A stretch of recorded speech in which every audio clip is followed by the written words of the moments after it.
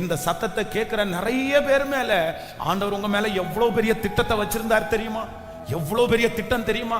நீங்க பிறந்ததே அற்புதம், நீங்க வளர்ந்தது ஒரு அற்புதம். ஆண்டவர் எத்தனை ஆபத்திலிருந்து உங்களை காப்பாத்தினார் தெரியுமா?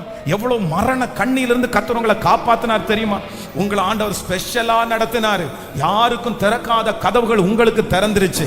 யாருமே இப்படி வரலாம், ஆனா ஆண்டவர் உங்களை கொண்டு வந்தாரு. இவ்வளவு இவ்வளவு நீங்க ஆண்டவருடைய கரத்துல ஒரு நாள் இருந்த விலையேற பெற்ற பாத்திரம். நீங்க ஒரு பெரிய பொக்கிஷம்.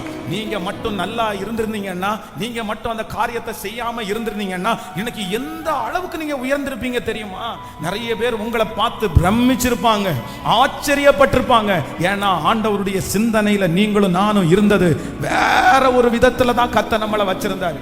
ஆனா இடையில என்னமோ தெரியல, அவருடைய கையில நீங்க கெட்டு போய் நிறைய பேர் எல்லாத்தையும் இழந்து மோசையை போல தரிசனத்தை இழந்து, மோசையை போல எதிர்கால வாழ்க்கை எல்லாத்தையும் இழந்து அப்படியே சோர்ந்து போய் இருக்கலாம். ஆனா கர்த்தர் மோசையை திரும்பவும் கர்த்தர் சந்தித்து கர்த்தர் சொல்றார், உன்னை நான் அப்படி விட்டுற மாட்டேன். ஏன் அப்படின்னா, உன்னை தாயின் கருதல் உருவாகும் முன்னே உன்னை தெரிந்து கொண்டு. கர்த்தர் இன்னைக்கு இந்த சத்தத்தை கேட்கிற நிறைய பேரை பார்த்து சொல்றாரு, உங்க பிள்ளைய ஆண்டவர் அப்படி விட்டுற மாட்டாருமா.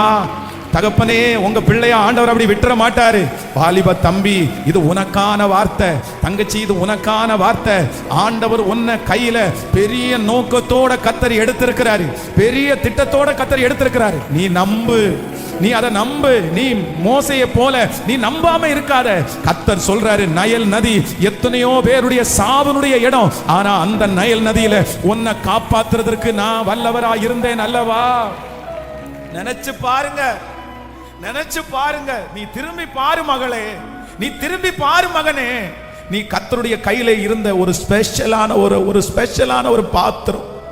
நீ வித்தியாசமான ஒரு பாத்திரம். நீ எல்லார போல இல்ல, நீ உங்க அண்ணன் தம்பிய போல இல்ல.